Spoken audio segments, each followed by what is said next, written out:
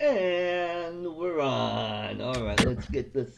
We got the right. Hey, there's Bill from Hey, Art. Bill the Drone Reviewer. Let's get the. There we are. There we And go. there's Bill right over there. All right.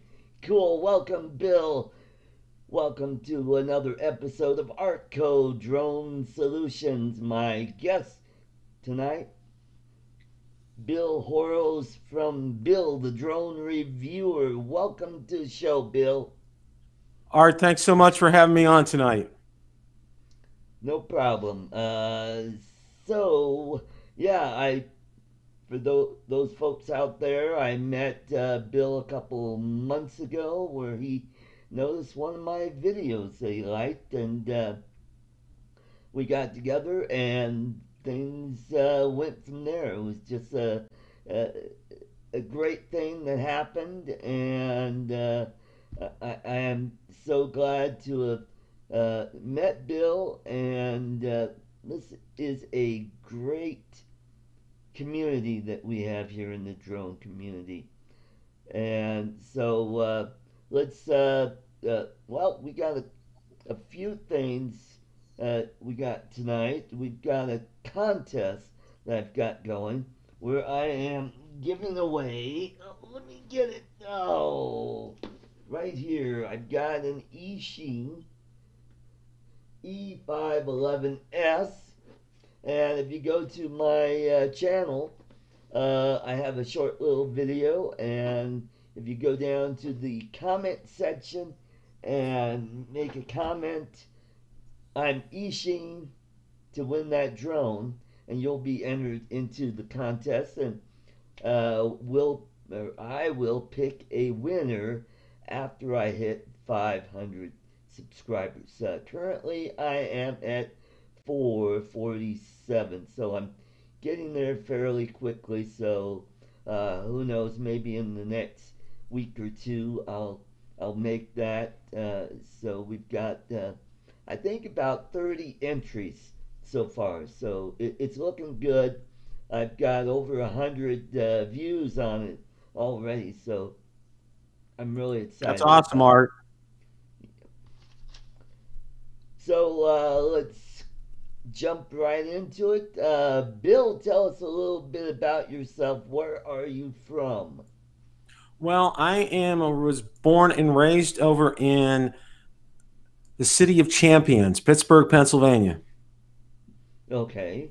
Okay, they're kind of for a while there. They were the Denver Broncos nemesis for a while there, and but they had some. Well, they still have some really good teams there. Uh, well, the Steelers, the Pirates. I don't know how the Pirates are doing, but The Pirates are a little on the sketchy side, but yeah, the Penguins have done well lately too. right, that's right. That's right. And well, the Avalanche are doing pretty good, and then the Nuggets they're in the playoffs, so That's hopefully good. they'll go far in the playoffs, which is good. They Nuggets are a weird team. They've always seemed to they'll do really good, and then they just kind of fold in the playoff, especially when we had George Carl. Hmm. We'll be number one or number two seed, and things will fall apart in the first round. We get eliminated in the first round, and so management got a little tired of that, and they got rid of him, and the team has been floundering. They've had their peaks and valleys here and there, and so now you're residing in the Tampa area. So how long have you been in Florida? Well, let me tell you how I got to Florida. Was I lived in Ohio for 30 years. Sorry. That's my longest state of residence, and then I got divorced in 2011. I met my wife through online dating service Christian Mingle, and I flew down for the weekend, proposed to her, and got married 15 days later. Oh That was in my. 2011, and we've been Wow. married. We just celebrated our eighth wedding anniversary, so Yeah, I that's saw what brought that. me That's down to sunny. wonderful. Sunny Florida. So I'm happy for you. So where did you live in Ohio? I lived in the Columbus, Ohio area for 30 years, Right. but I know that state like the back of my hand. I could tell you just about everywhere to go and everywhere not to go in Ohio. Well, back in my stand-up comedy days, I worked pretty much all over Ohio. I've been to Portsmouth, Dayton, Youngstown, Oh, uh, wow. Cleveland, Toledo, uh, Akron.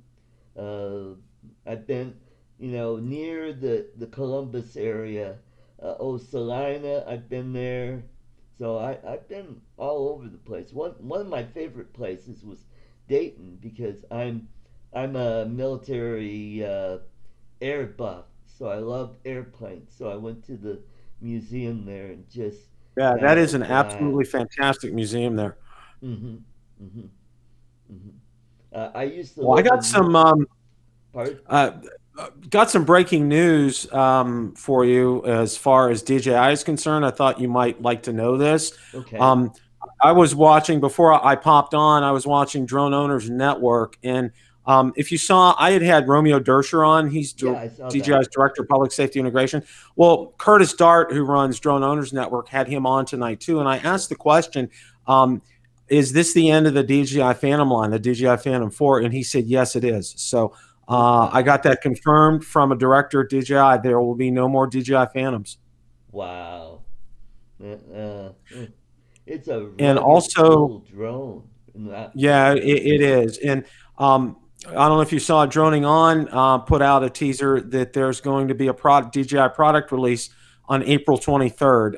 I thought it might have been their camera, but he actually said he's being sent the product, and that camera is probably a $20,000 or $30,000 type of camera. So he thinks Whoa. that it's yeah. So there, it's what speculation is wide open on what that is. Wow, that's awesome.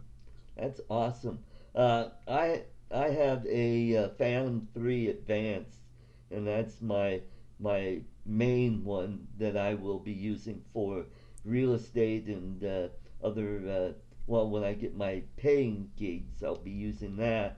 But I love flying the Mavic Air, which I got from you. Thank you very much.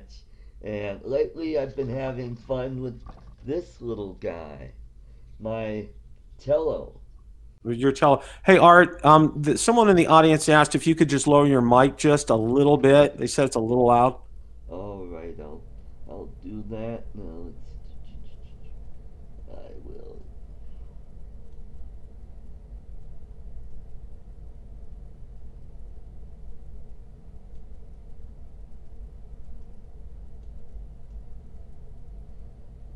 All right, I'm okay. There we go.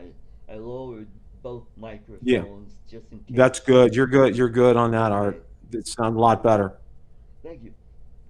Yeah, I just got this in the mail just recently. Got the controller, and I've also got a third-party app which will allow me to do FPV with this. And I've got one of those cheapy goggles where you put your phone in, and I'm going to have fun playing around with that. I'll probably do a review on that, and looking forward to that. Next weekend, Tim Herber, he's Midwest Drones. He will be in my area, so we will spend a couple days flying drones. So really looking That's forward to awesome. that. hmm hmm That should be great. Yep. The other question I have is what I'm finding out from a lot of droners. Were you a nerd in school? Absolutely. I got into IT back in 1975. We had a HP computer in high school, and I took 2 years of that, and that's how I got to be get into IT and got to be a nerd. And let me tell you what the computer looked like. The computer looked like a what I call an oversized typewriter, Right. and it had a one-line digital display on it, printed thermal ink, and we did our programming in BASIC on cards with pencils. That's how we Wow. did our programming. Well, when I was in high school, we had a mainframe computer, and we had some CRT terminals, and we did have one that you typed on paper. It's a deck writer, and that was interesting because one of my classmates, showed me a little trick on how to send messages over to that terminal. So whoever was at that terminal, they'll be like working away, and all of a sudden a message will come across, and it'll start typing all by itself. Wow, see, that's good stuff. Well, when I was in college, I learned COBOL was one of the languages I learned, and with that you had a stack of cards about that big, Oh and boy. lo and behold, you better not drop that stack or you were in for a lot of Yeah. trouble. Mm-hmm. Mm-hmm. Yeah. And my next question is, what was your first PC that you My first owned? what? I'm sorry. Your first personal computer that you Oh, my bought? first personal computer. There we go. Okay, an Atari 800. Oh, nice, That nice. that that that really dates me. I paid, and I remember how much I paid for it, $1,000, and it did not have a disk drive with it. Oh boy, you Yeah, had to that use was a cassette tape to store your yeah, it was. program. Well, it had these cartridges that you put in it, Oh, and that's right. That's right. It yeah, was like a console, and you stuck the cartridge in. hmm Yep. Uh huh. exactly. And But it was. I remember it was $1,000, and my ex-wife at the time really pitched a fit for spending that kind of money. I'd have wished. You know what? I'd give anything to have kept that because you can't. You can't touch that for under $5,000 to $10,000 right now. That's yeah, how those valuable are they are. becoming collectible now. Oh, My absolutely. my first computer was a Timex Sinclair 1000, Oh, wow. which was about the size of a paperback book, and Wow. it had this funky keyboard. And one of my first upgrades was to get a new keyboard for it. So that was cool. And you had to load and store your data on the cassette, and it only had Oh, like yeah. 64K of RAM on it. No hard drive. Um, Oh, my second computer was an XT computer. It was generic PC, and I upgraded that as much as I could, and then I put a 386 motherboard in, and just, you know, went on and on through the 486 and the early Pentiums, and so forth. hey Art. If you could raise your mic a little and then lower mine, that's what I'm getting from people in the chat. All right, I'll do that.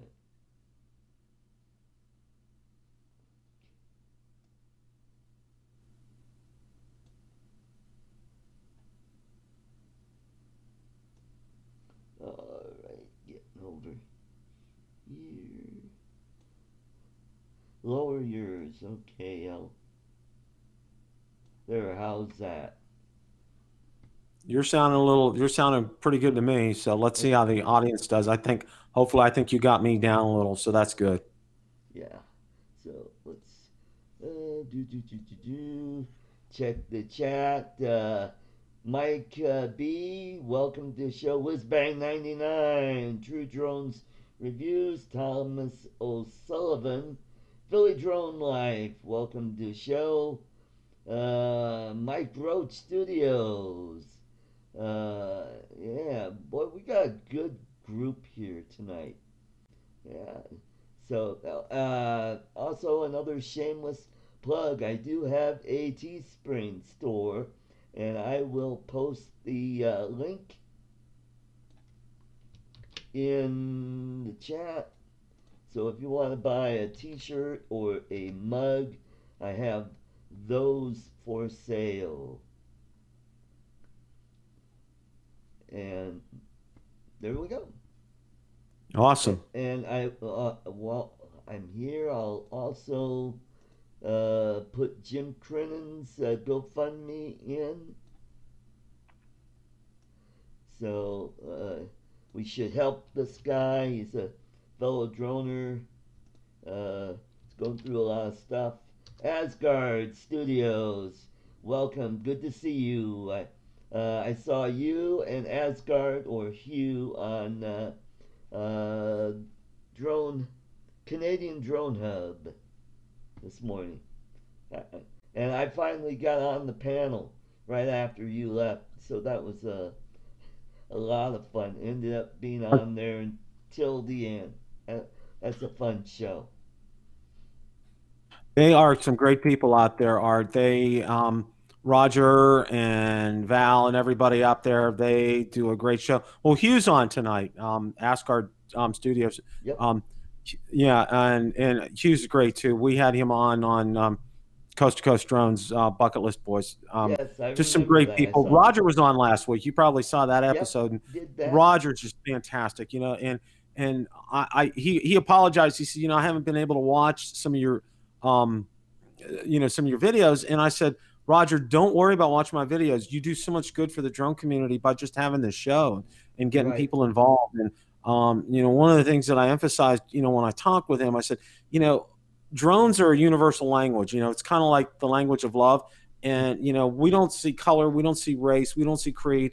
You know, we see four propellers and going up in the air and a camera on it. And, you know, that's our language. And I think, you know, if we do a lot more of that and a lot less of worrying about other stuff, we're going to have a good.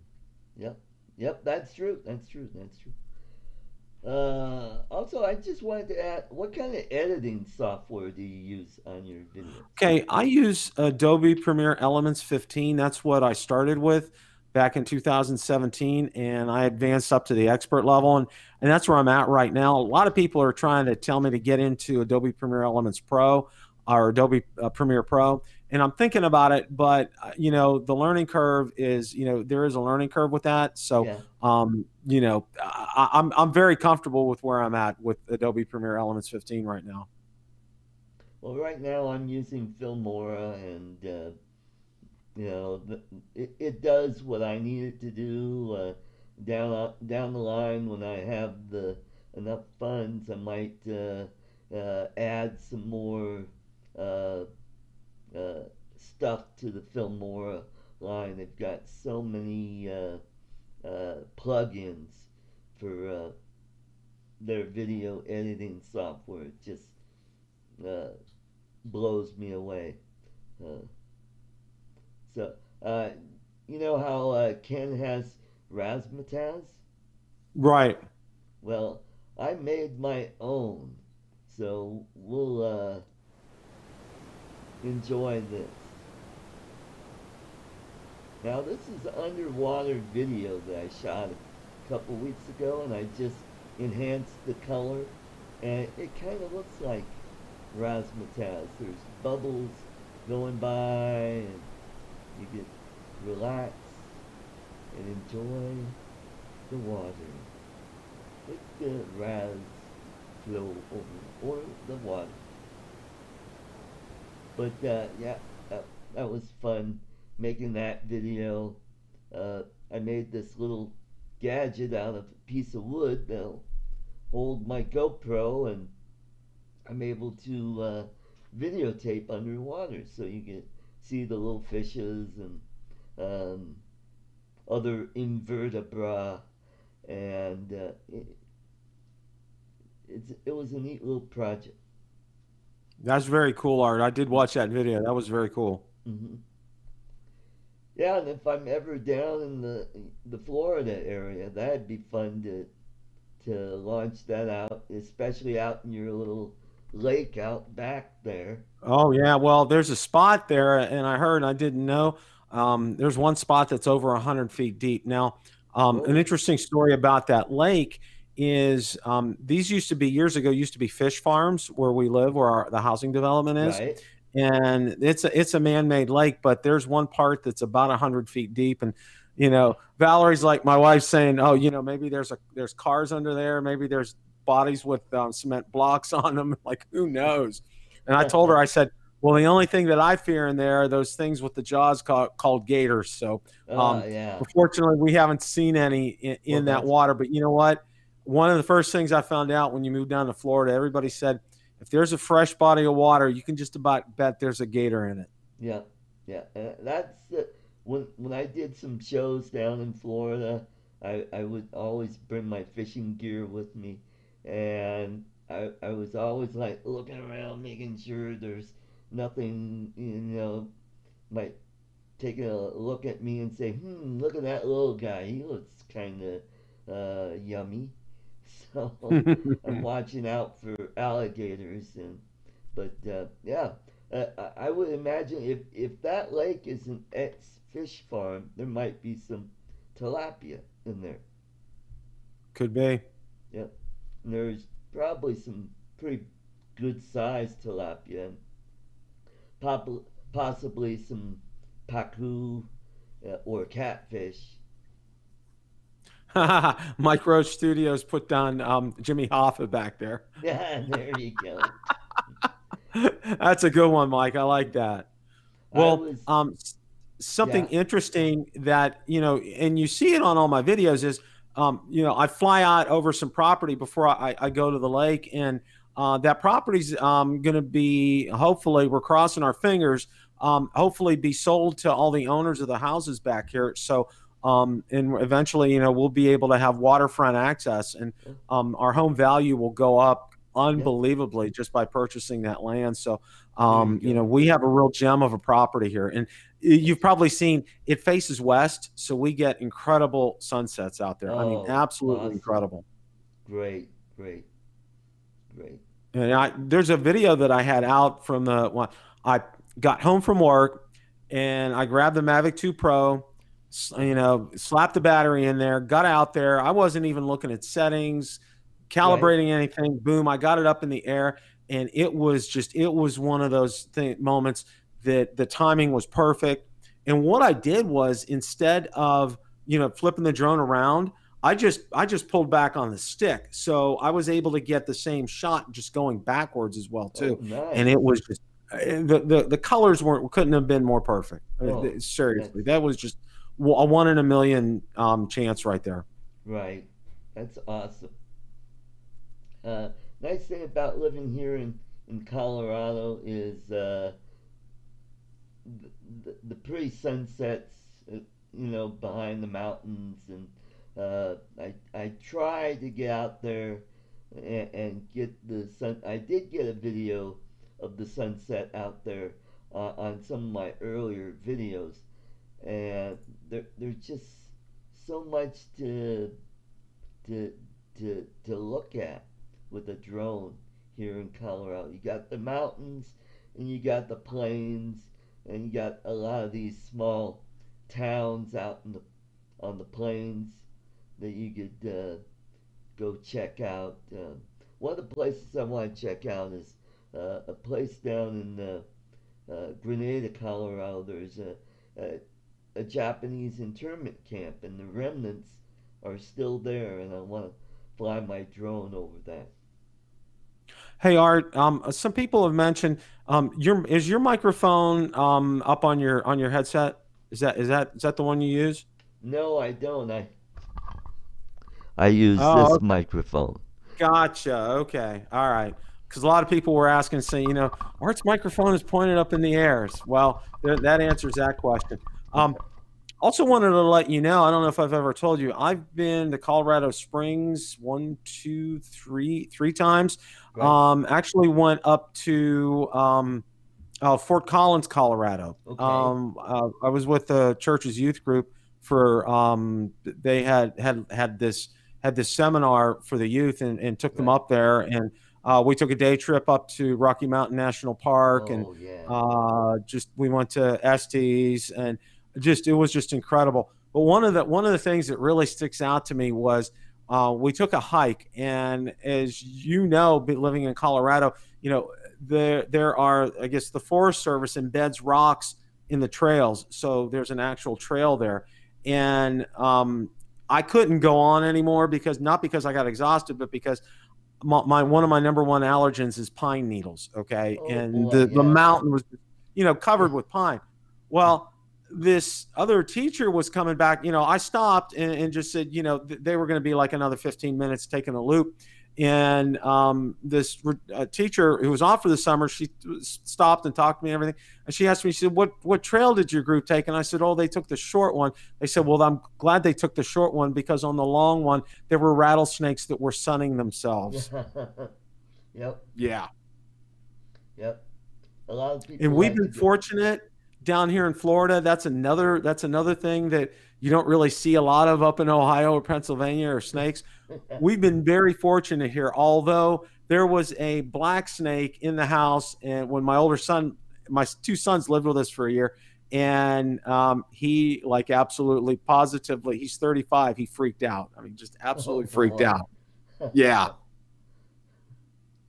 Well, one of my fishing spots that I like to take video of, a couple years ago, there was a rat snake that was slithering down the bank right next to me. I looked over and I go, oh, got my camera, took it over there, and but with the GoPro, you get that wide angle, and you couldn't get a really good view of the snake, but it was fun to watch him go down the cement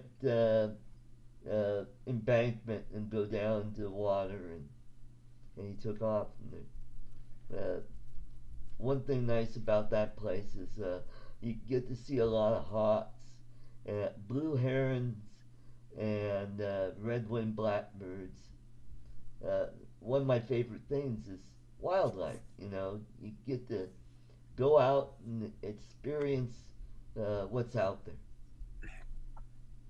So how's your Mavic Air been? It's been doing great. I took it out a couple weeks ago to Highland Ponds, and there was still some snow on the ground. Luckily, the ice was off the ponds. Uh, Got some good views on it. Still learning some of the tricks and some of the tweaks. Mel told me to turn off the auto white balance, and maybe that'll my uh, videos will come out a little better. And something else that I just learned from Lloyd today was changing the Wi-Fi setting. Uh, Change it Oh, good. to, it's on auto right now, but he said turn it to 5.8. So I'll try that and see if that, from what I understand, it'll improve my video quality that way too. Yeah, that should definitely help. That was some good advice from Mel and Lloyd. Mm-hmm. But I think that was a perfect kind of drone for you because it's easy to carry, it's easy to transport, and that was a key. And one of the things, I got to thank the drone community, Art, because they really stepped up for you, to be able to help you out. I posted that video, and I didn't expect to get the response that we did. We got a tremendous response, and Yeah. very humbled by what everybody was able to do to help you out. And you know, anytime you see somebody that has a need, that's one of the things that my parents instilled in me Right. is, you make sure that that person gets taken care of. And we can't save everybody, but we can save one person at a time and help one Right. person at a time. And that's what we did with you, Art. That's, and I'm real grateful, and I'm real thankful for that opportunity to be able to do that. So and for everybody stepped up. I mean, Mel stepped up huge. He gave a huge contribution. Everybody that's, I know a lot of the people that are watching right now on the chat, Right. stepped in and were able to help you out. So, and it was a joy for Valerie and I to do this, to get this together, and to get it done for you. We had such a great time and so much fun. And it's so right. There's the Bible says it's better to give than receive, and it sure is. That feeling that Yeah. you get from giving, there's nothing like that, Art. I mean, absolutely nothing like that. I mean, that's why Christmas has always been such a joy for me since I got married to Valerie, because it's like I love giving to her. I love giving to my kids, and then um, I don't know if you're aware, but Valerie and I are going to become grandparents at the end of June, so Oh, super. we're really looking forward to that. That's top on my list. I already got told my manager at work. I said vacation time at the end of June mandatory. I just need to let you know I'm going to be gone for a while. Cool. That is great. Congratulations. Thank That's you. We're wonderful. really looking forward to it. It's just Hmm. it's just frustrating because my daughter's up in Ohio and we're here in Florida. So, but we've already made the decision that when Valerie ends up, I'm going to retire about 3 years before Valerie does. But when Right. she retires, we're going to buy I'm probably going to get a big truck. I have a Toyota Tacoma right now. We'll probably get a Toyota Tundra, and Right. we'll probably buy a tiny house and tow it up there, and Nice. then stay up there for probably during the summer, and then during the winter just come back down here. Nice. Nice. Yeah, I'm a few years from retiring myself, and one of the places I want to retire to is to the Philippines. Uh, Okay. I have a girlfriend out there right now, and I'm going to go visit her next February and get to know her and her family and the people there. I was there a couple of years ago, and the people in the Philippines are wonderful people, very uh, giving, uh, very friendly people, uh, and I won't have to worry about shoveling snow ever again there.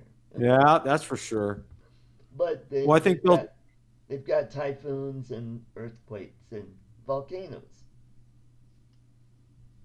Yeah, well, the trade-off is, when you come down to Florida, Florida is the second most disaster-prone state in the United States. Right, And one of the things it was real interesting was back in 2017 we went through Irma, and it was an experience for me because I'm a Yankee. I'm born and bred Yankee through and through. It's in my blood, and I'm down here, and it's we found a handyman. He put up our hurricane shutters, and we shuttered everything in, and like about 6, 7 o'clock that night, right. it's pitch black inside the house. Well, all the hurricane shutters are up, and you're not. We didn't. They said don't open your doors till morning, and Yep. it was an experience that night. I mean, the wind was howling. It was just. Yeah, you didn't, but we never lost power, which was incredible because that's No. one of the things. I mean, we were prepared. I had every kind of battery. I had D batteries, I had C batteries, I had AA, I had AAA. I had a lantern that would run for 30 days on Wow. D batteries. I had also a lot of people don't know this. I have my amateur extra with ham radio. I'm KWQ 4QO. And currently I don't have radios because my investment is in drones right now. So, but yeah, and I had a small ham radio in case Wow. communications got cut off. So, we were prepared. We had a house full. We had my in-laws were here. We had 4 dogs in the house, and the only casualty during that time was my wife intervened. Our older dog, the oldest dog, was got into a fight. We had 2 dogs at the time. The older one passed away, but she kind of nipped it and started it with our younger dog, and my wife intervened, and my wife was the one that ended up getting bit. Oh So boy. yeah, so she Wow. was the only casualty. But other than that, it went real well. We had a house full. We had my stepdaughter was here, her friend was here, my in-laws were Wow. here, my wife and I. It was crazy, but we made a lot of food. We kind of had a hurricane party kind of a thing. Right. So Yeah, my grandparents had a house in Stewart, Florida, back in the 70s. And I remember visiting them when I was 10 years old, and they were on the St. Lucie River. Uh, oh wow. did a little bit of fishing there. It was a lot of fun. And that was my first trip to Florida, and it was right after Apollo 11 had landed on the moon. Oh wow, that Mm-hmm. was. I remember that. Yep. Yeah, I'm like, well, it's no, I'm 61, so a lot of that stuff, I resonate with, and it was real interesting when you were on our chat on Coast to Coast Drones and talking about concerts we had been to.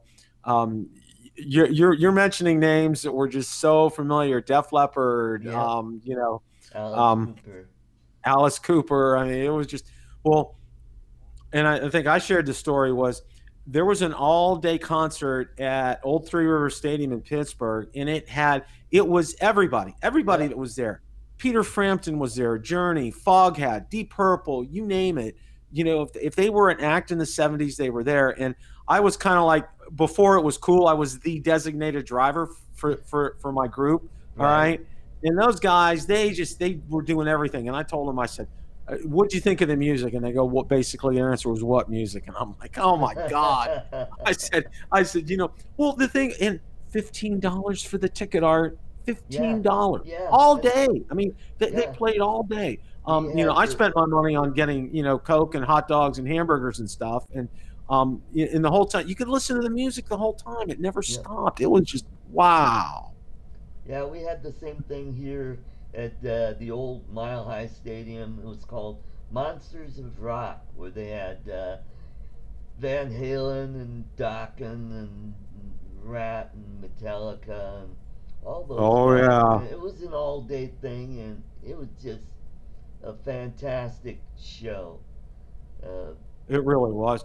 Um, one of the things I wanted to share. I don't know if you know this or not. Um, I just purchased a Phantom 4 Pro V2.0, yeah, yeah. and wanted to ask you about that. I saw your. I yeah, didn't get a chance to see all of your video, but I caught a little glimpse of it, and I will check that out later. we did a different kind of unboxing video with Right. Valerie's help, and it went really well. I thought I thought it went over real good. Got a lot of views on it. But Good. I'm going to be doing some comparison videos between that and the Mavic 2 Pro.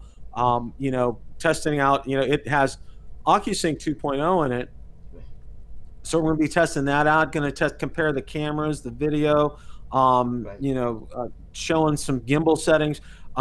I'm real thankful. There's a lot of videos out there on settings for the Phantom 4, so I'm kind of deep diving into that. I told Billy Kyle, I said I'm feasting on all your Phantom 4 videos right now because you just put out just a plethora of them, which is fantastic. So, and he told me he really appreciated that. And that's one of the good things about a lot of the guys out there. I know Billy Kyle does it. Original Dobo does it.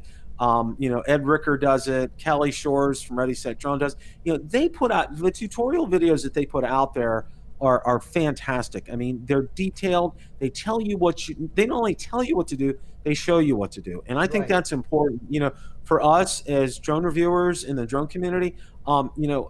We're also teachers as well, because there's a lot of people out Right. there who are, hobbyists and just getting into drones. I think it's important, that we accept that responsibility and do that. And, you're very descriptive when you're out there and you're telling people what you're doing. And I think that's so important because, there's a lot of guys out there, you see a great video, they're shooting a great video, but, they're not telling you Right. what's going on. And that's why, when I'm doing my videos, I did my Waypoint series. I'm talking through it, and it was real interesting. I had one of the comments said I sounded like the guy from NASA.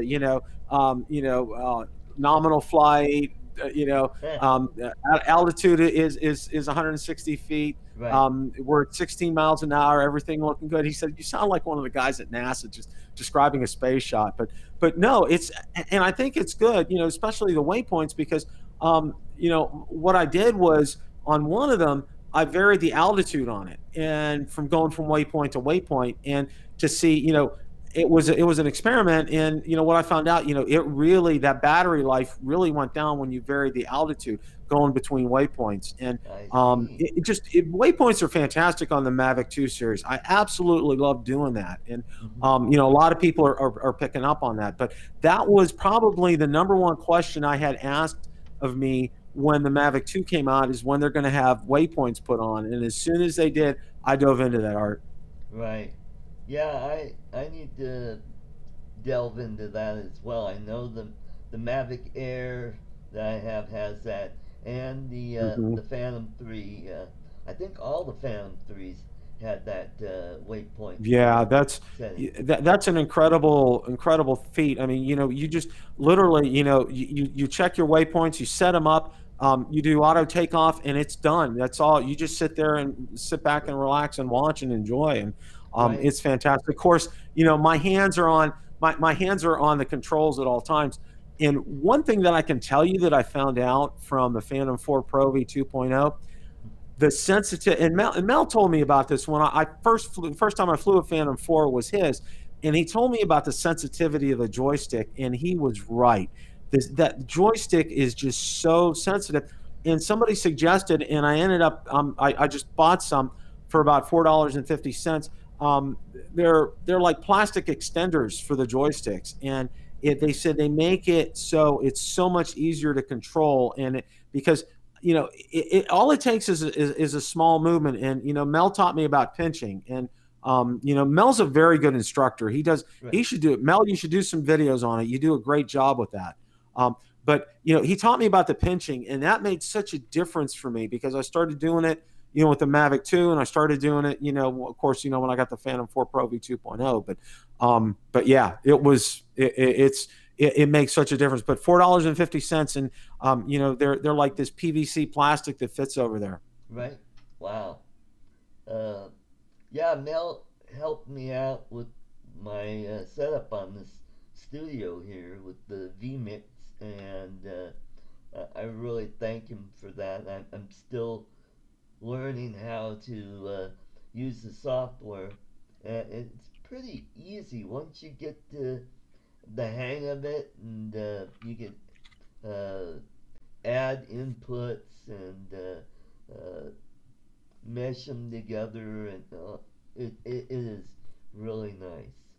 Well, Mel and I know Lloyd used that, and Mel actually talked to me. We had a nice phone call for about 45 minutes, and that's something. When I just spent money on getting the Phantom 4 Pro V2.0, but when my money situation, cash flow improves, as they say, I'm going to be looking at getting vMix to do for my broadcast. It's very professional looking. I Yeah. like how he obviously Mel's been instrumental in helping you, and he told me he's available anytime for that. I know Lloyd has it, and Lloyd's broadcasts look great as well too. I know you're on, Lloyd, so I wanted to make sure to tell you you do a great job with that, both of you guys. So yeah, that's great. It's really and it's a stable platform because I know Bill Thomas at Coast to Coast Drones had tried OBS, and OBS has a lot of glitches to it, and I know. Yeah. Billy and Ken tried it on, and they've been having some issues with OBS. It's just because it's not, it's open source software. There's not a lot of, fixes for it. And, Right. then with vMix, I mean, you pay for it, but what you get with that is quite a bit. I mean, you get support, you get some online support with that, which I think is Hmm. important. I think, and with OBS, it's like you got to go out and Google and find answers. And with vMix, you just go and you Yeah. contact support, and you get your questions answered, which I think is fantastic. But Hmm. yeah, vMix is coming for me. I can tell you that right now. Yeah, I started off with OBS and found that kind of hard to use, and then I went to Streamlabs OBS and did that for a while, and I wasn't happy with that, and it was Mel and Lloyd that talked me into getting vMix, and so I started off with the free version, and that was the start when my shows got better, and uh, I couldn't do phone calls yet because of the free version, and it was really limited. But I liked how stable it was, and I noticed that the video quality got better, and the, the show's gotten better, and when I got my tax refund, I went and got the pro version, where unfortunately I can only get one caller in, and one of these days when my funding's a little better, I'll get the version that Mel's got, where I could do Hmm. multiple callers. And Well, one's good. One's good for now, Art. I think that's fantastic. And I see a lot of shows, and it takes. And what I can tell you is, with Bill Thomas and Ron Brown and I on Bucket List Boys, we have a great chemistry, yeah, and I think it's important when you have more than like two people on there.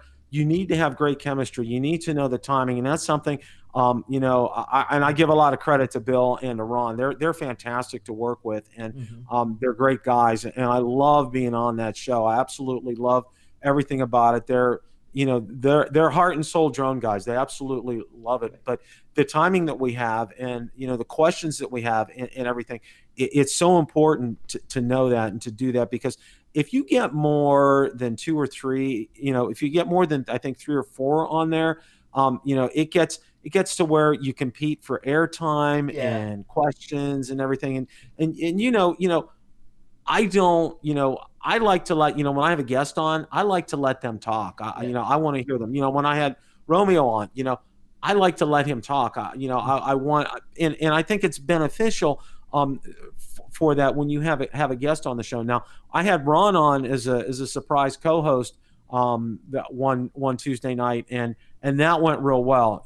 So Ron, if you're watching, great, I welcome you to come on anytime. And same with Bill Thomas. We had Ron and Bill on one time as well too, and that worked out great because of that chemistry, and that works well. So hmm, in the future, that could be something you might explore, is getting like a co-host to help you out.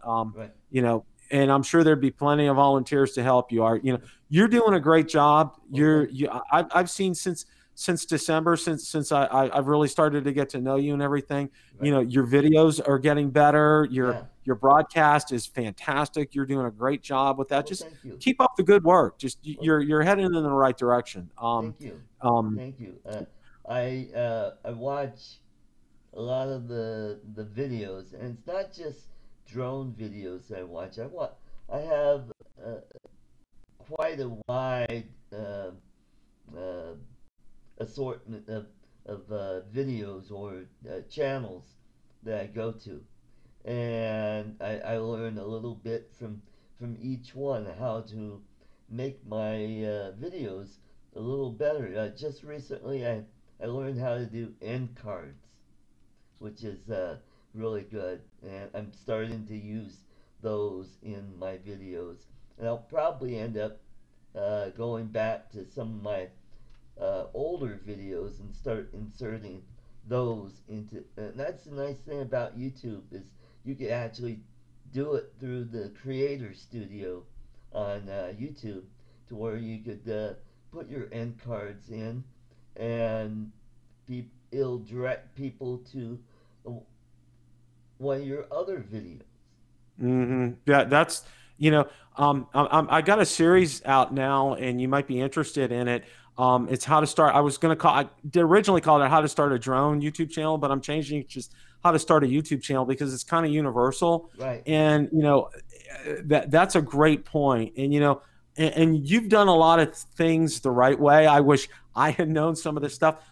One of the things I can tell you is one of the people that I learned so much off of is Sean Cannell. I don't know if you've heard of him or not. He No. runs a group called Think Media, THINK Media. Uh huh. And, he has product suggestions on there a lot, and for different kinds of budgets.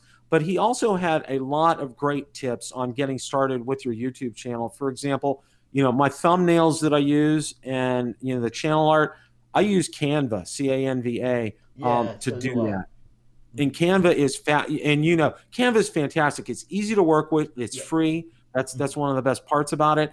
And it looks professional. I can't say enough about it. And my graphics, a lot of people say, they love my opening. They love my lower thirds that I have at the end, where the Build a Drone Reviewer comes popping up at the end asking for subscribers. I got all that off of Fiverr. Fiverr.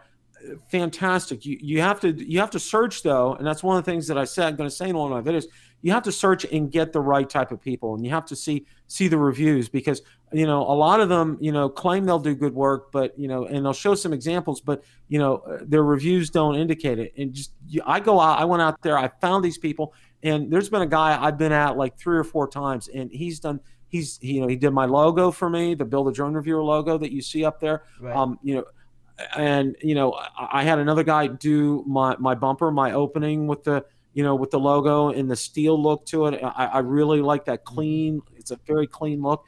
And I went to the poster that you see up there. I went out to what's the company that does the business cards? I'm trying to remember them right now. Oh yeah, Yeah, my shirts, yeah. my hat, my T-shirt.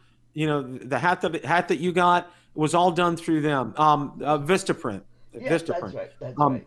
They did my business cards. And that's and one of the big things is I believe is to set up a Facebook group and a Facebook page before you actually start your channel. And go out there and put content out there. Put some pictures from drones out there. Put maybe drone tutorials out there. Set it up and get it going and get people to like it. And I think it's fantastic when you do something like that. And what I said was, get a Gmail account and dedicate it solely for the channel. That's not my personal account. It's buildadronereviewer@gmail.com. That's all that comes there is drone related email. I have a Twitter account. It's Build a Drone Reviewer on Twitter. And it's not personal. I keep personal stuff out of there. It's all drone related. And the same thing with Instagram. I have a Build a Drone Reviewer. It's just pure Instagram. And when you do that, it's great because you can just focus on putting drone content out there. And I do. And I go out there and I search. One of the good things is on my smartphone. I have an Android smartphone. Is every day at lunchtime I go out to Chrome, and it gives suggestions based upon your likes. And I'll see how many different drone articles during the day, and that's how I pick. Because people ask me, where do I find them from? Well, I fill in the suggested likes on Chrome Right. on the phone, and it comes up with these likes all the time. So it's actually pretty good. Okay. Now, one of the things that a lot of people don't know is I also have a sister channel, and it's called Build a Technology Reviewer. Now, Right.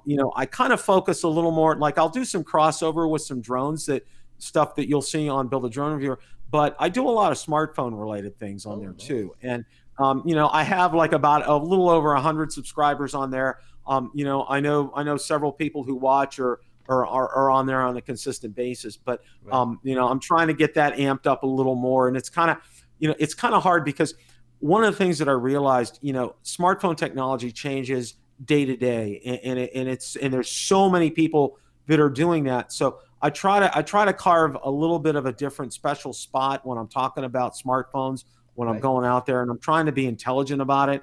And I'm hopeful of getting that one to grow as well too. Mm-hmm. Oh, great. And one of the things I wanted to mention was I like your new studio. It looks good. I don't have to look at your refrigerator. Uh, but it Well, looks good. what You I'll got do here is let me do this. You can see back there, you know, that's where I have.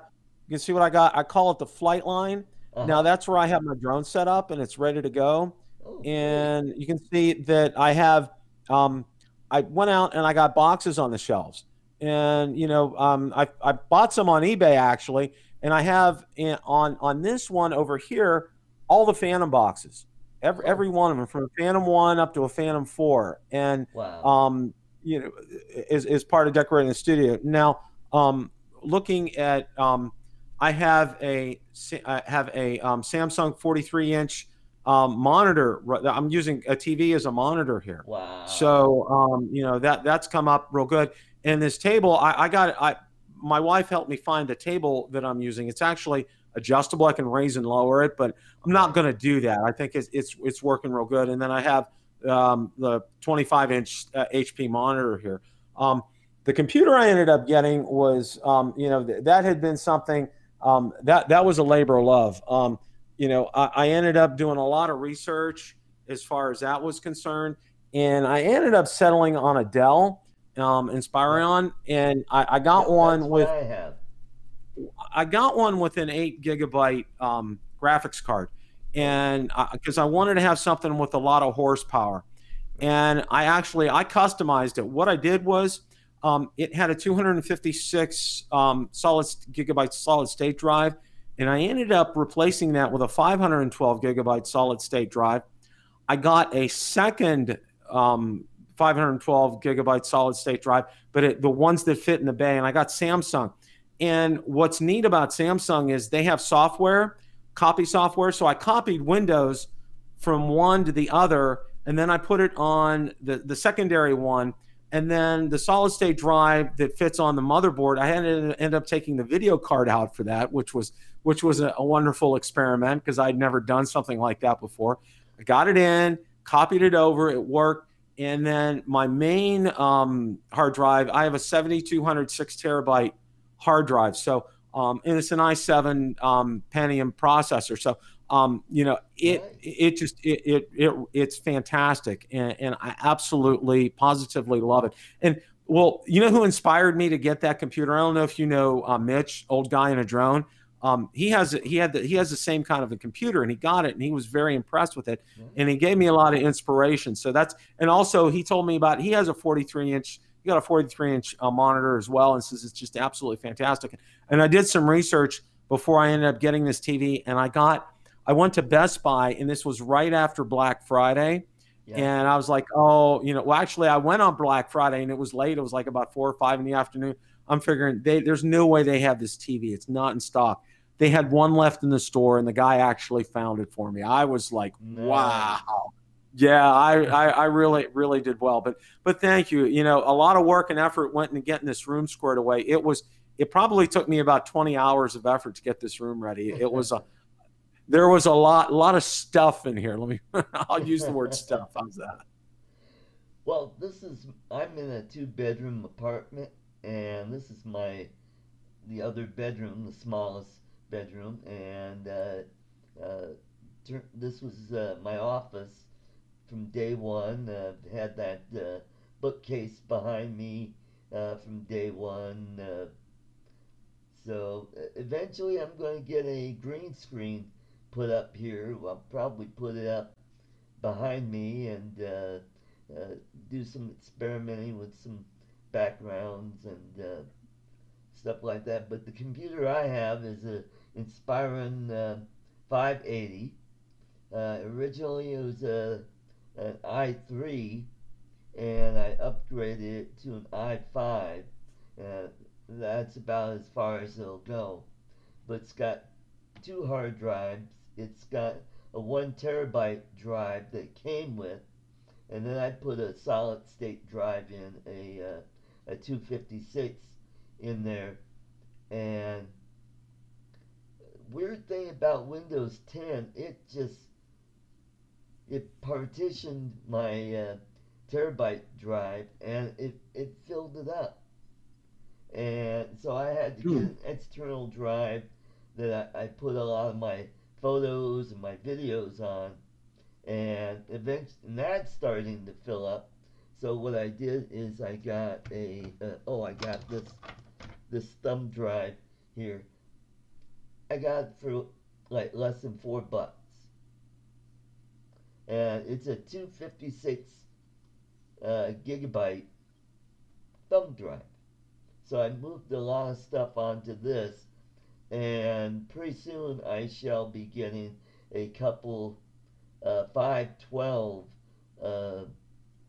SD cards, which I have some adapters where I could just pop them in there, and I could really free up a lot of space and clean up my hard drives here. Yeah, I got this. This is an Anchor adapter. It's made by Anchor, and I have USB ports on the front of my Inspiron, and I just put it in here, and there's my SD card sticking right out of here. So that works fantastic, because I was like, you know, when I got it, I'm like, oh my gosh, how do I get my, you know, get videos off my drones? I'm like, what do I do? And everybody said, oh, it's easy, Bill. You know, and they told me about this, and I looked, and you know, I'm a big believer. I don't know if you've heard of Anchor. I think they're actually based in Colorado.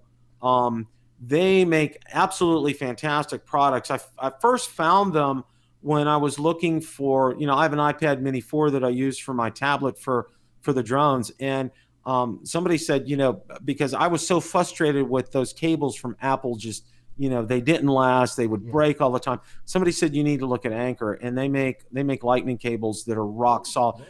Art, I've had some cables for like 2 or 3 years, and they're long. I have like 12-foot cables, and they're fantastic. You know, because I charge both my smartphone and my tablet overnight. I leave them plugged in, and that thing has like a, you know, a humongous reach. It's fantastic.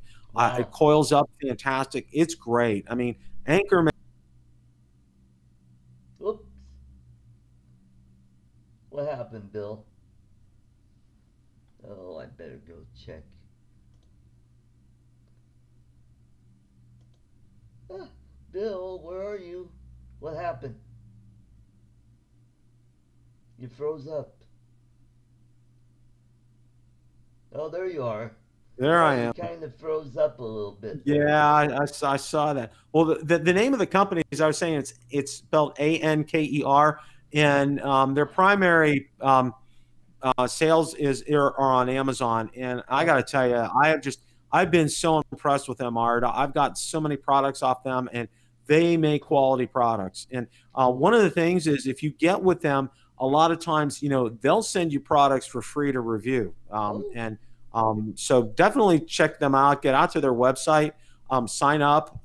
You know, you never know when they'll, you know, it's just, you know, getting anything off of them is fantastic. And you know, obviously I could use, you know, if it's an Apple product, I can use it because I got the iPad. If it's an Android product, you know, I have a Samsung Galaxy Note 8, I can use that. You know, they have chargers, they have adapters. They make really quality products.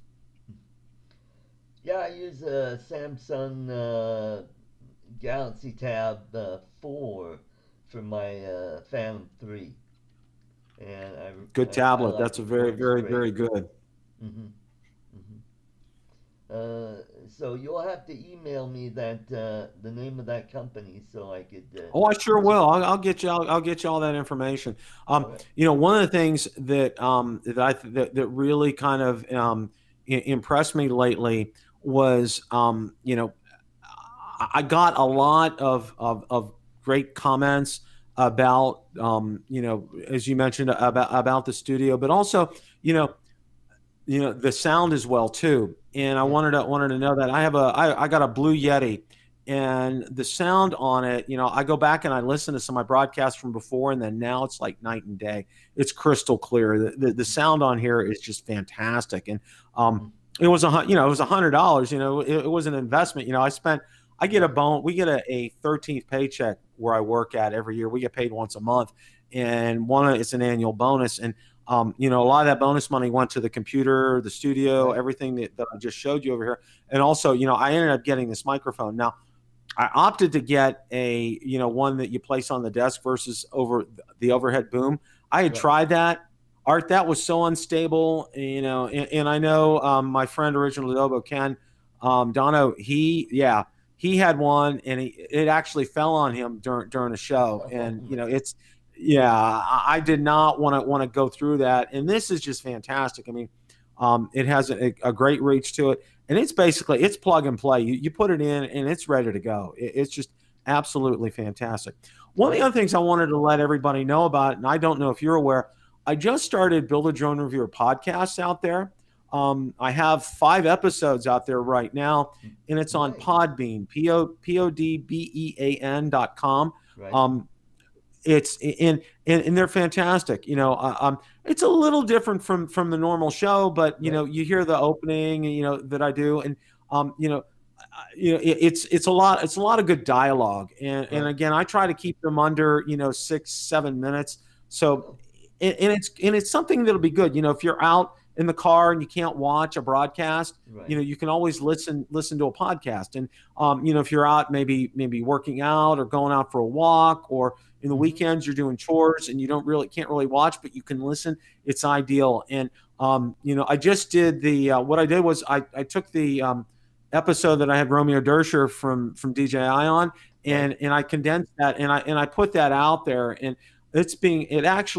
I put it out on Twitter. Romeo noticed it, and then DJI and DJI support noticed it, and they retweeted it. So it's getting a lot of downloads. People are really complimentary about that. So I think that's fantastic. And especially with somebody like Romeo, I can't say enough about the time that I had with him, Art.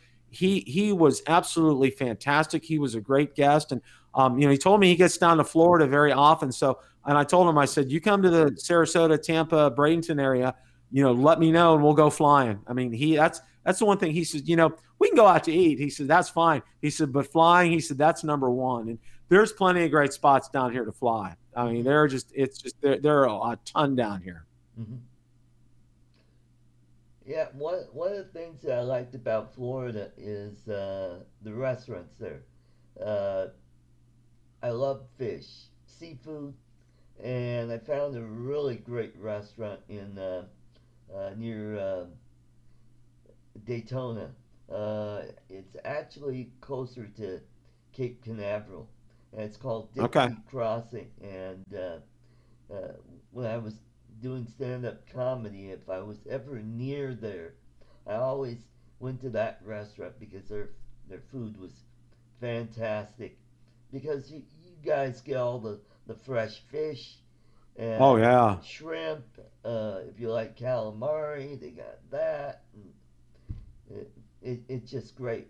And the fishing down there is fantastic. You do freshwater fishing. You could do saltwater fishing. You could do deep sea fishing if you want. Well, my manager, he goes out on the weekends a lot, and he does on his kayak, and he fishes from his kayak. Wow. And he actually catches these sharks that are they're probably about maybe 1 or 2 feet big.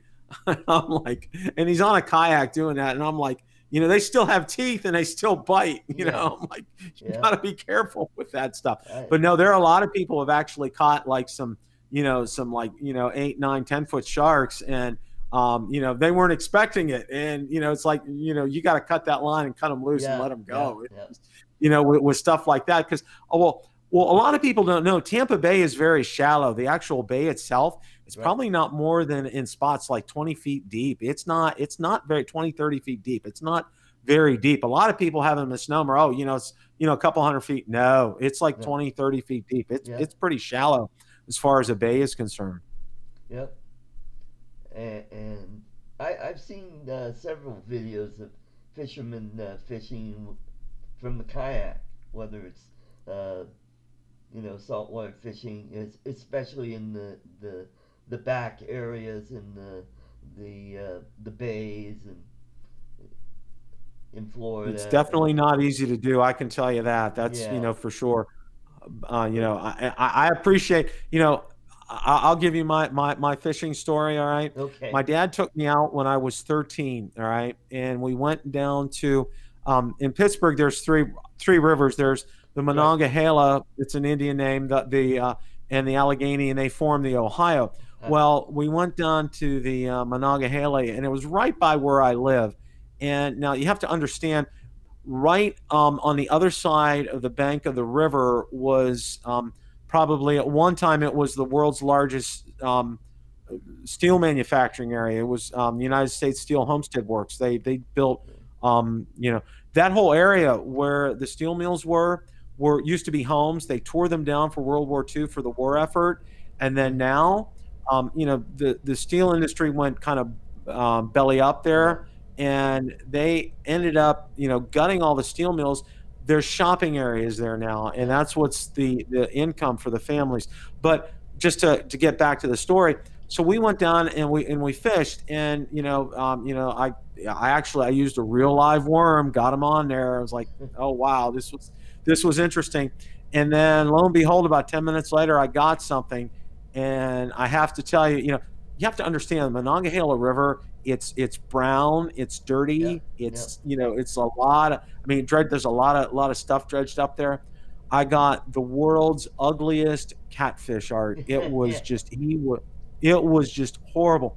Well, what my dad did was he had, of course, this was back in the day when, and I know in some parts of Colorado you probably still do this, have chains in your car. He had an old Kentucky Fried Chicken bucket that had tire chains in it, and what he did was he put the chains in the trunk. He filled it up with water and he put the fish in there till we got home because he wanted to show my mom. And then what he ended up doing was he ended up using the fish as fertilizer in the tomatoes because it was not an edible fish. Let me put it to you that way. It was Yeah. not going to go get filleted and get grilled. I'll tell you Yeah. that. But the tomatoes that year were fantastic. I can tell you that fertilizer did very well. But that's my one and only time I went fishing, Art. And then I was like, you know what? That's why you guys enjoy that. I know you enjoy that so much. And I know, like, my manager at work, he enjoys it so much. God bless and enjoy. But, that wasn't for me. That was one of the things Yeah. that I found out, but you don't know until you try. Yep. I mean, it's not for everybody. When I lived in Michigan, I did a lot of fishing, so a lot of the heads and other parts of fish, they went in my folks' garden, and we got great tomatoes and raspberry plants. Just loved it. Tomatoes and strawberries. I mean, the garden was just uh, growing like mad that year. So. I bet. I bet. One of the other things, I wanted to say before we kind of wrap things up here was, Yeah. the drone community. I think it's one of the best out on YouTube. I've said this before and I'll say it again. Not only we saw what they did for you. We see what they did for Jim and are doing for Jim. And for others that are out there, when Ken Herron had his accident, and Right. how Kelly Shore stepped up, and I jumped in right away and pitched in with that. And that's what I think is so important, and that's one of the things I emphasized.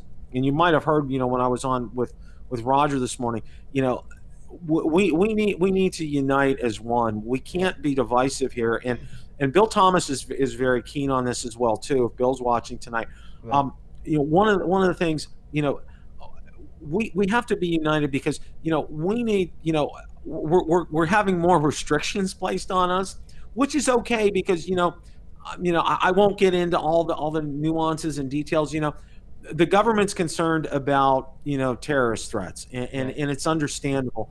And they want our drones to be identified. So there'll probably be some electronic type of things that are going to be put in them sooner rather than later. And you know what, if it keeps our country from having terrorist attacks, Right. I'm all for it. Yep. I just don't want to be restricted to the point that it gets ridiculous. Yep. But we kind of need to be united and with one voice regarding this. Yep. That we want to enjoy our hobby. It's still, and I don't, I use the word hobby. And a lot of us are part 107. I'm part 107. Yep. Same here.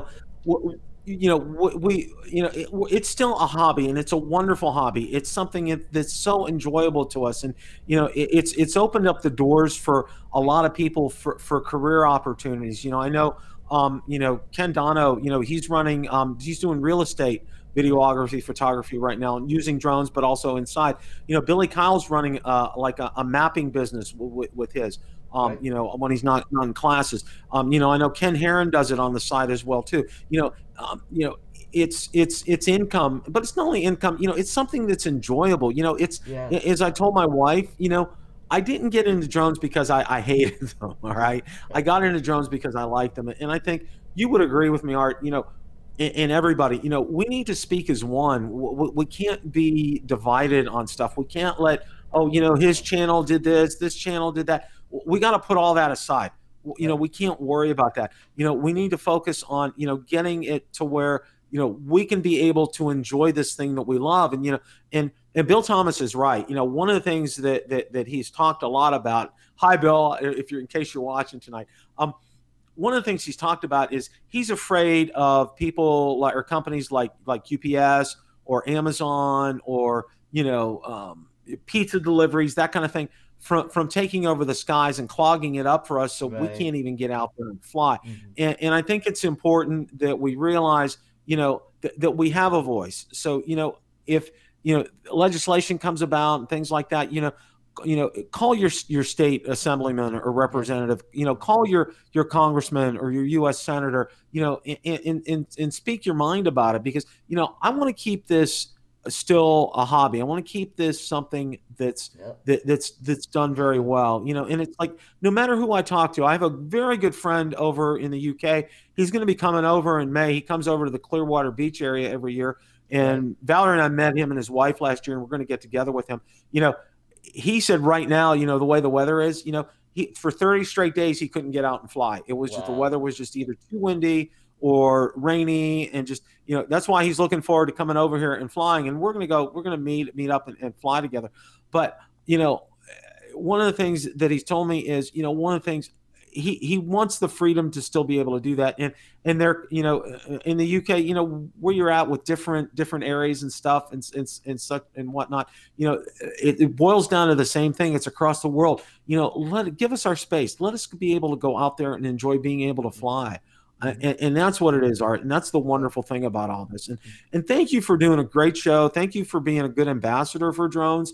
Well, thank you. You really, you really speak volumes when, to see, because of your challenges, you get out there and you're flying, and you're doing it and you're enjoying it. And I think Yep. that's one of the things that I think really speaks volumes, is when you see somebody like you who has these challenges, but you get out there, you enjoy it, and Hmm. it's not work for you. It's something that you enjoy, Hmm.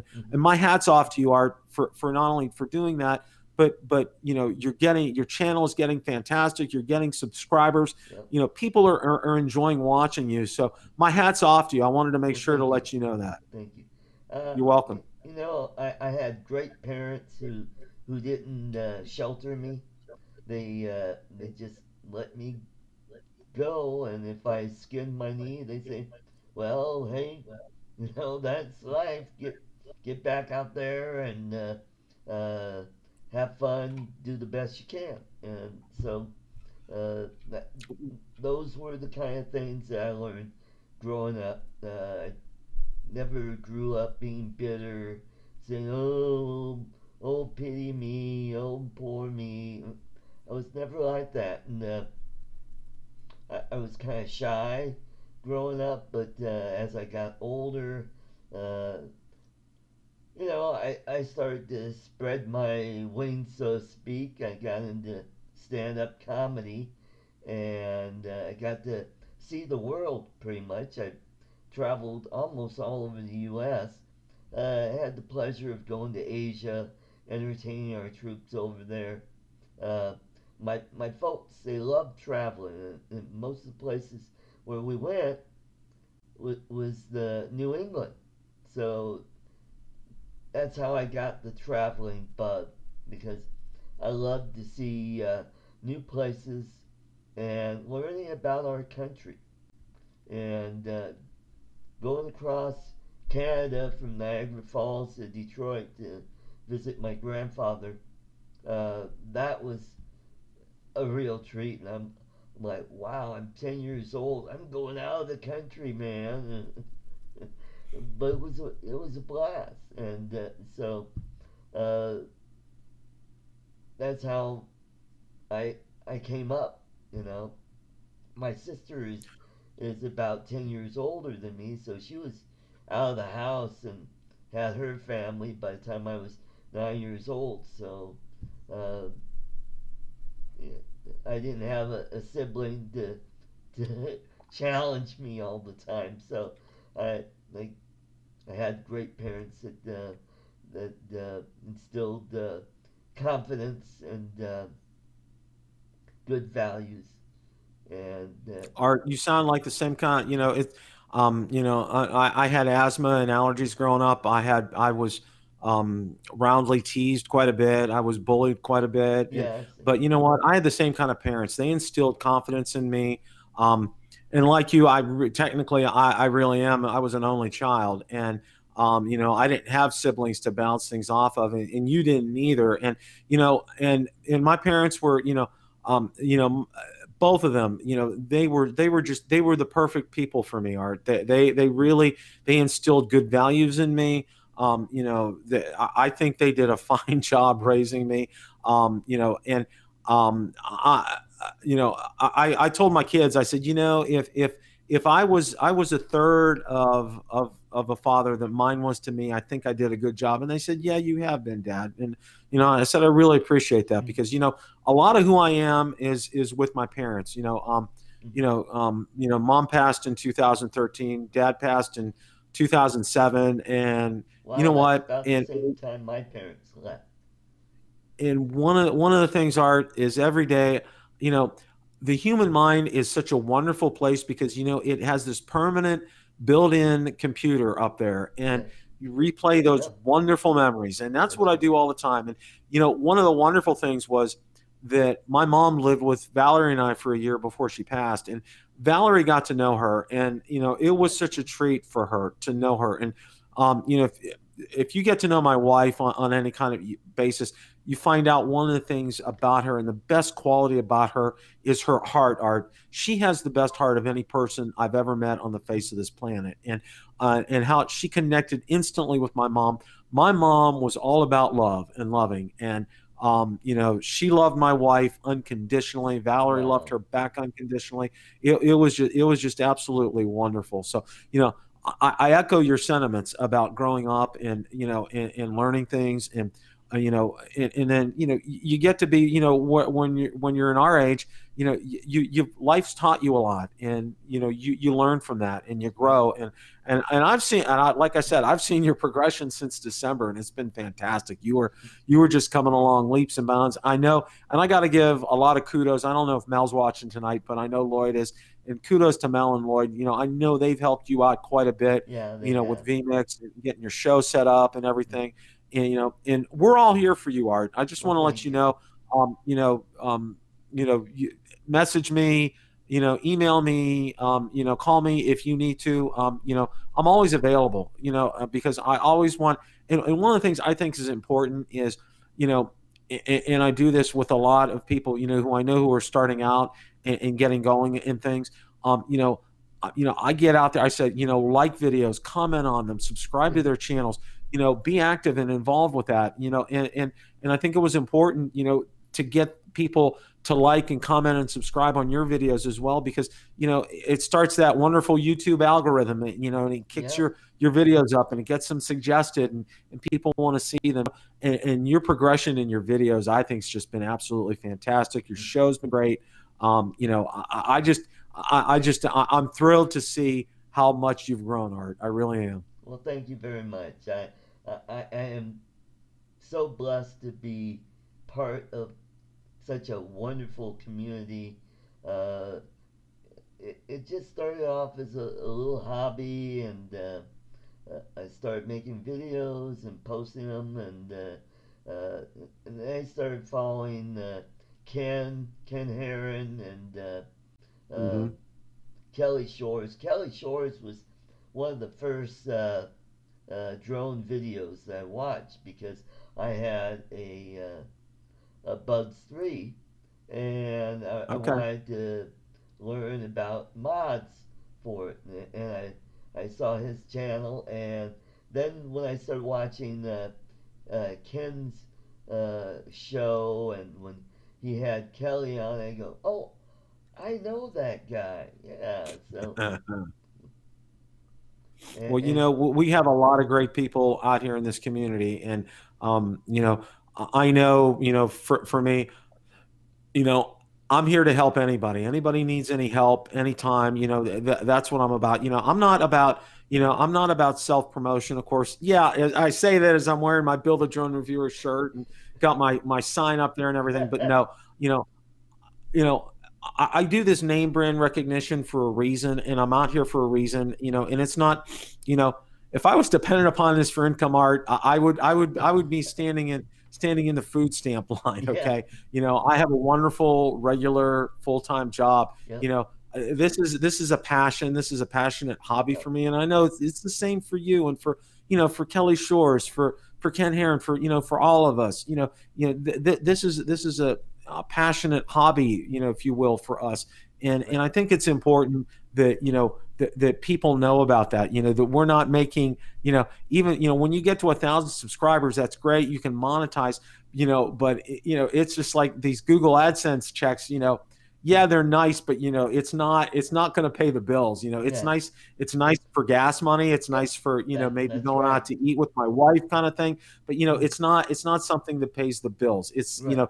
That's and to get and even and Kelly Shores will tell you. And I think I love one of the quotes that Kelly said. He says, "I'm still driving a 10-year-old Subaru. If you guys think I'm making money hand over fist, I'm still driving a 10-year-old Subaru." So there's your answer for that. But no, I don't really know any of us here are in it who are in it for money. We're in it because we want to spread the good news of the yeah. gospel, if you Yeah. will, of drones.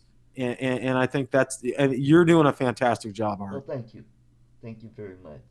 I just want to thank you for taking the time to coming on the show today. It's been a pleasure. I mean, look at the time. We've been on for an hour and a half. I think this is probably the longest show that I've had, and it's been a real treat to having you on.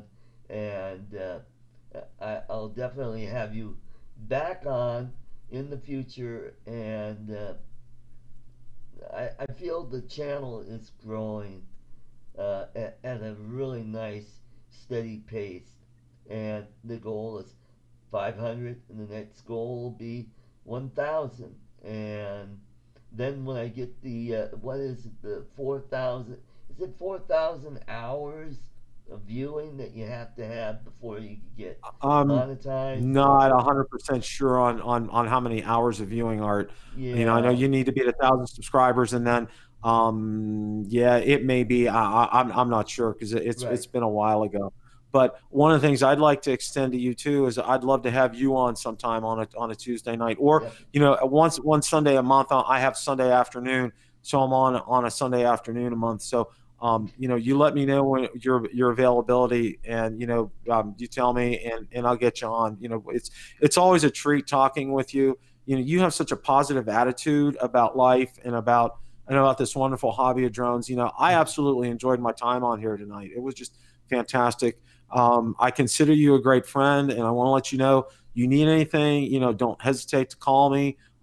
Get in touch with me. I'm here for you. Not only to give you drone advice, but if you want to chat about stuff, I'm here for you as well. It's there's I think my dad said it best. You can never have too many friends. Yeah, that's true. And one thing I've noticed about people that have drone shows is we like chocolate, and I love chocolate. So if like Ken, this is my shameless plug. Here's my address to send chocolate or broken drones or drones that you don't want anymore. Send them to this address, and surely the chocolates will be. And also, I'm tempted to try the Vegemite challenge as well, but no on the toe of Satan. I won't touch that. I like spicy food, but not nuclear spicy. So, uh, thank you for coming on, and you have a pleasant evening. And let's keep those drones flying, okay? Absolutely, Art. Thanks so much for having me on. Take care. All right, bye bye. Bye bye.